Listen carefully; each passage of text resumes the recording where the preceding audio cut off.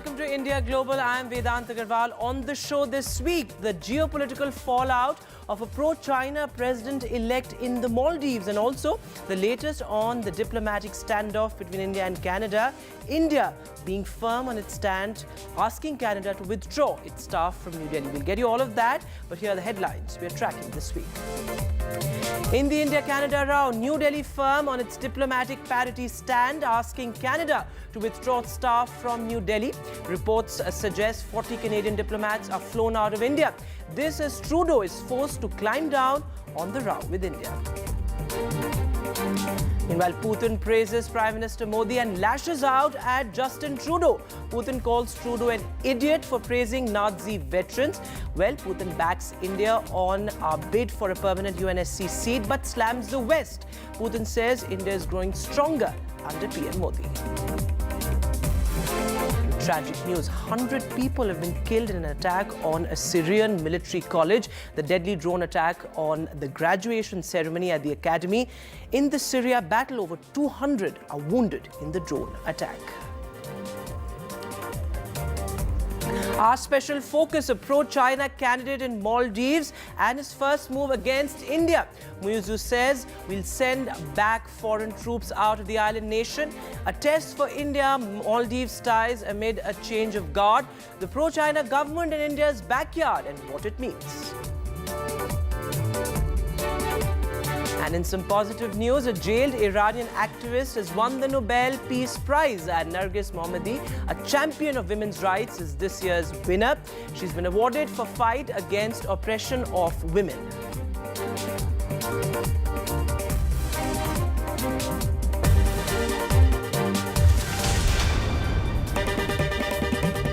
And our lead story on India Global. Well, India toughening its stand on the diplomatic row with Canada. While the diplomatic stalemate continues, India has now asked Canada to withdraw dozens of its diplomats from New Delhi. And if reports are to be believed, 40 Canadian diplomats have already been flown out of India. Meanwhile, softening his stand considerably, Justin Trudeau has now said that Canada is not looking to escalate tensions with India. Take a look at this report to understand how this diplomatic standoff panned out this week. You got to call the External Affairs Minister. Sir, you meet the... Sir. It started with the sacking of Trudeau's diplomat in India, a summons for the High Commissioner, and a call for downsizing Canada's mission in the Indian capital. Our concerns are related to ensuring parity in diplomatic presence. Over 10 days later, India has now asked Canada to withdraw dozens of its staff from New Delhi in what it calls a bid to achieve diplomatic parity. Going by Canadian media reports, as many as 40 diplomats, most of whom are outside the High Commission in Delhi, have been flown out of India. We are looking at parity, we are looking at the fact that there have been interference and there has been a much higher number of Canadian diplomats here, and hence though the discussions on achieving parity are ongoing, and rest of it I can't comment on it yet. Obviously, if the parity is achieved, given that Canada has a much larger number of people there, would likely be a reduction in the numbers. Between agents of the government 3 weeks of and India. counting, the stalemate between the two global powers is far from over. But what has not gone unnoticed is Trudeau's public admission of what many see as a diplomatic mistake in his move to isolate India. In a significant climb down from his earlier stand, Trudeau now says Canada is not looking to escalate tensions with India. Over the past number of weeks, Canadian security agencies have been actively pursuing credible allegations of a potential link between agents of the government of India and the killing of a Canadian citizen, Hardeep Singh Nijjar. There are credible reasons to believe that agents of the government of India were involved in the killing of a Canadian on Canadian soil. We're very serious about building closer ties with India. We're not looking to escalate, as I've said. We are going to be doing the work that matters in continuing to have constructive relations with India through this extremely difficult time. This after his poll ratings fell significantly in the past week, making him a distant second candidate just months ahead of the high-stakes elections. India, meanwhile, has maintained that Khalistani extremism in Canada is unacceptable to New Delhi, with External Affairs Minister S. Jaishankar pulling no punches and calling out Canada for what he says is permissiveness for terror in the garb of freedom. Let's not normalize what is happening in Canada. While stakes are high for Trudeau with the upcoming elections and a floundering economy, New Delhi is unwilling to relent from its diplomatic stand as ties between the two countries hit rock bottom. Vedant Agarwal for NDTV. And meanwhile, in a parallel development, what could be a major turning point in the diplomatic row between India and Canada, Canadian media reports say that a top Sikh leader has said that Khalistani extremist Hardeep Singh Nijjar had a big role to play in organizing training camps for extremists. Well, listen in to what Canadian journalist Daniel Boardman had to say on this development. We have a Sikh leader from the Okanagan Sikh Temple, which is near Surrey, BC. He's alleging that Hardeep Singh Nijjar was running weapons training and essentially extremist training camps to attack India. So what do we have on him? We have the testimony of a Sikh leader who was near him. We have a 2016 Vancouver Sun article that talks about the possibility of this guy running terrorist training camps. We have him on the same billboard as the architect of the Air India bombing, calling them both shaheeds or martyrs in Punjabi, calling for the assassination of Indian officials. We have him holding the AK-47, which the Indian media has provided very good evidence that it was taken in Pakistan. We have him openly praising the Khalistan Tiger Force, putting up pictures of their members who have committed violence, extremist violence. So, well, as Modi versus Putin plays out, as Modi versus Trudeau, I beg your pardon, plays out, in a rather strong statement, now Russian President Vladimir Putin has backed India in its bid for a permanent seat at the United Nations Security Council, hitting out at the West as well. Now, he's praised India's growth under the leadership of Prime Minister Modi. In fact, in quintessential Putin style, he lashed out at Justin Trudeau, calling him an idiot for honoring Nazi veterans inside the Canadian Parliament. Не знает, что во время войны против России сражался Гитлер и его приспешники, то он идиот.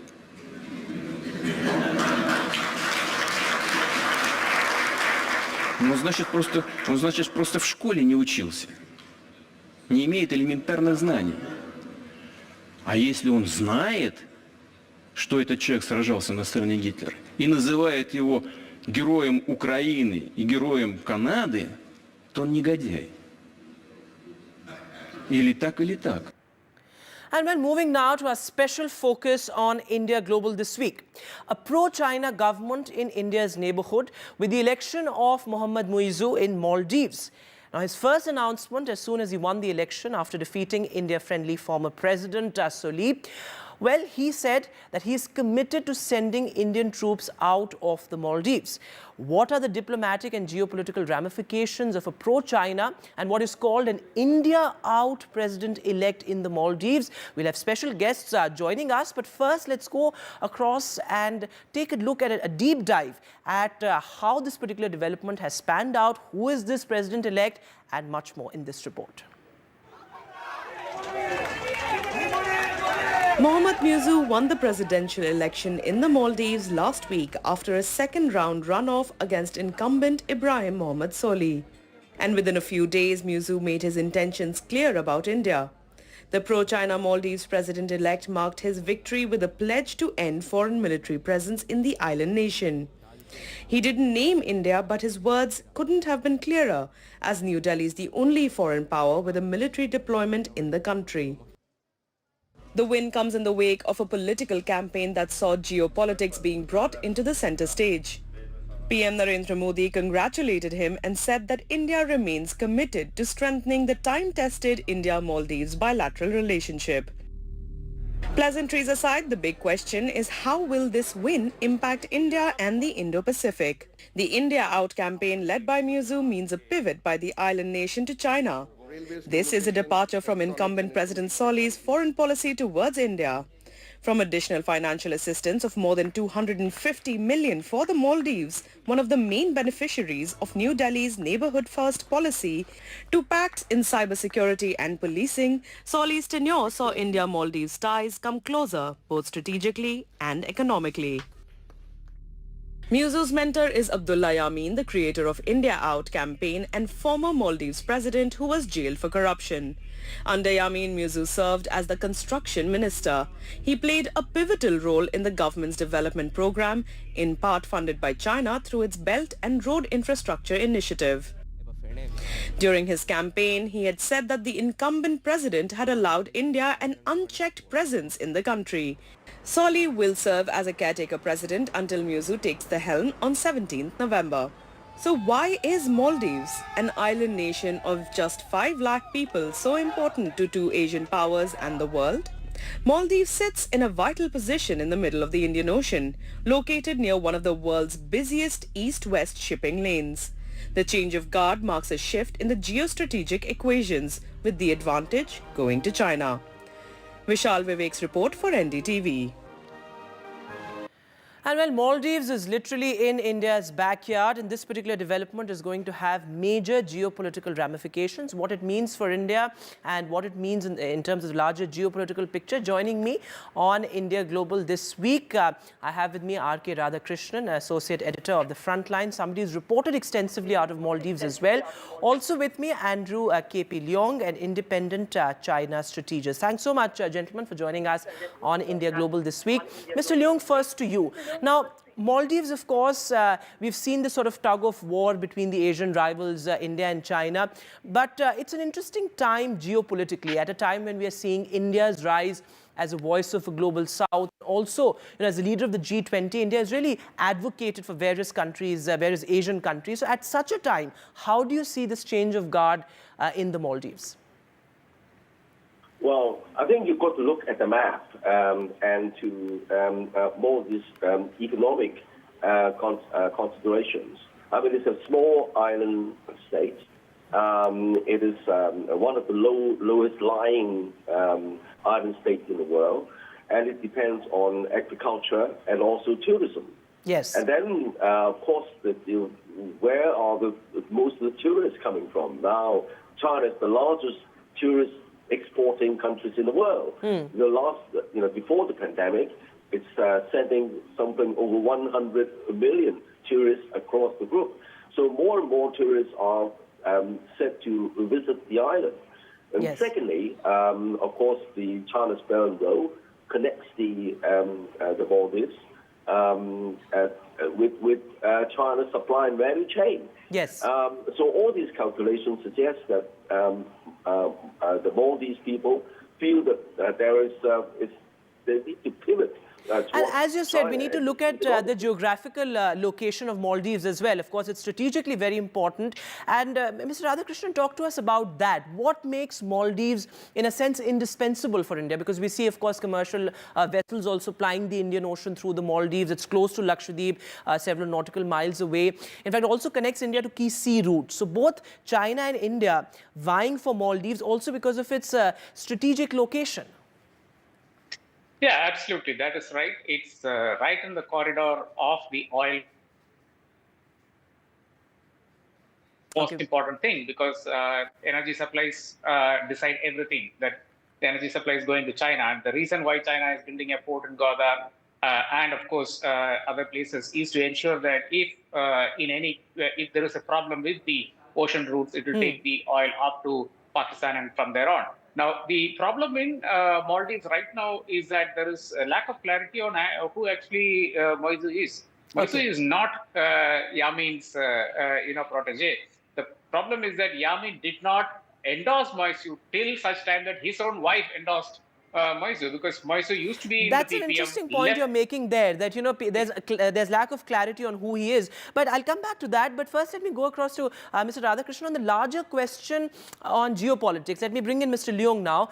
China's expanding footprint in the Indo-Pacific, in what many call an attempt to create a string of pearls in the periphery of the Indian Ocean. How do you look at that? Does India, in a sense, need to rethink its diplomatic policy, particularly in the Indo-Pacific?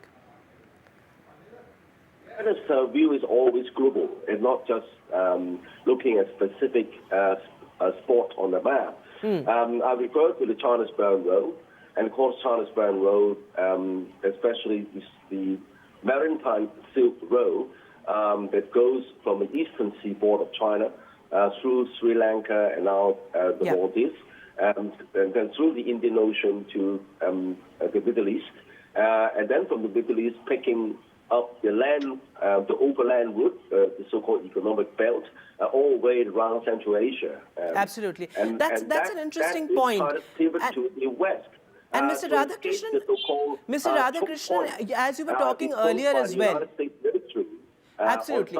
And as you were talking earlier, what about the sentiment in the Maldives? And you've reported from there. What is there skepticism about China's dead diplomacy? I mean, they don't need to look very far, something that panned out in Sri Lanka as well. What is the sentiment in Maldives vis-a-vis the election of a pro-Chinese leader there? And what is the sentiment vis-a-vis India?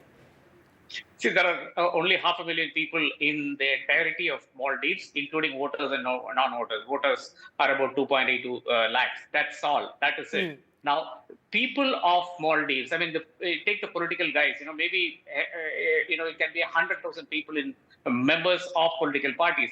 Barring that, everybody wants a decent relationship with India because for all their medical needs. Now, Sri Lanka is a no-go because Sri Lanka is short of all kinds of supplies. People don't trust Sri Lanka any longer. So Trivandrum, Cochin, Bangalore, Chennai, these are the places that by and large, there is a positive sentiment vis-a-vis India is what you're saying. Of course, there's a large diaspora population there as well. But the last word to you, Mr. Leong, do you think that a pro-Chinese government, a pro-China government in the Maldives could also potentially mean, breeding ground for terrorists? Because, this India Out campaign that has been fought by the president-elect in the past, term as well, in the past pro-China government term, we've seen that radicalism rose significantly. Well, I don't think that China looks at things from a zero-sum point of view. For example, India is playing, of course, the United States, between the United States and Russia, and then also allies with or partnerships with a host of other countries. And the same applies to the Maldives, and the same applies to Beijing. Right. But I forgot to mention a very important dimension, which is that the Maldives are a Muslim country. Now, with the recent tilt of the Indian government policy, seems to be marginalizing the Muslim community relative to what happened in the past. And that plays another role in this change of relationship. Okay, that's a very interesting perspective there again, Mr. Leong. A dialogue member of the Shanghai Cooperation Organization. Absolutely, absolutely. So multiple aspects there to this story. Of course, as I said earlier, also right at the beginning of the discussion, that Maldives has been a traditional ally of India. Remains to be seen how this pans out. He's yet to assume office. But the first announcement that he said that he is, made that he's, committed to the cause of throwing out foreign troops from Maldives. Thanks so much, gentlemen, for joining us on this very important discussion here on India Global. But moving now, heartbreaking news from Syria. A deadly drone attack during the graduation ceremony of a military college. This has killed over 100 people and left 300 people injured. Take a look at this report.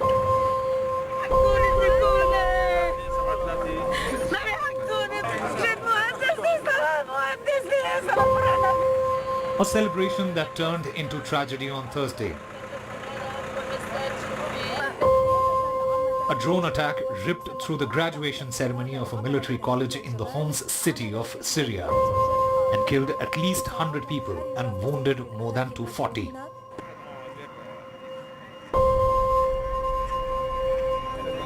Lieutenant Ibrahim Shaban, a shattered man, as he mourns his fiancée, Raneem Koba. She was killed while attending her brother, Lieutenant Hussein Koba's graduation. استشهدت هي والدها المرحوم محمد القبي واختها الصغيره الطفله البريئه ريم القبي الله يرحم روحها وانا موعده هي بدي زفها شهيدي كنت بدي انا اخطبها باذن الله زفها شهيدي ورحمه الله تعالى على جميع الشهداء والله كسرت ظهري هذه مو بس خطيبه ام واخت وصديقه وكل شيء الله يرحم روحها. According to reports, the Syrian Health Minister Hassan al-Ghabash put the death toll at 80. No one immediately claimed responsibility for the attack. Syria's military said that drones laden with explosives targeted the ceremony as it came to an end. In a statement, the military accused fighters backed by known international forces for the drone attack. معركة نحن بصراحة تتم يعني مستمرة لحتى نتخلص من هالمساءلات ومن المجرمين اللي يعني أرقوا الوطن وسكان الوطن الله أكبر الله أكبر الله أكبر Syria's retaliation was swift as heavy bombardment was reported in the rebel-held Idlib region. It has been more than 12 years since the Syrian crisis began, when peaceful protests against President Bashar Assad were met with a brutal crackdown. The conflict has killed more than 3 lakh civilians, and even after ISIS's defeat in the country, the situation remained tragic. With Vishal Vivek Usama Shah for NDTV. Absolutely tragic there. But moving now to what seems to be a never-ending legal saga for former US President Donald Trump. Well, in the latest trial unfolding in New York involves his 2 sons, and Trump, being Trump, made a surprise appearance, and well, he had a lot to say. Take a look.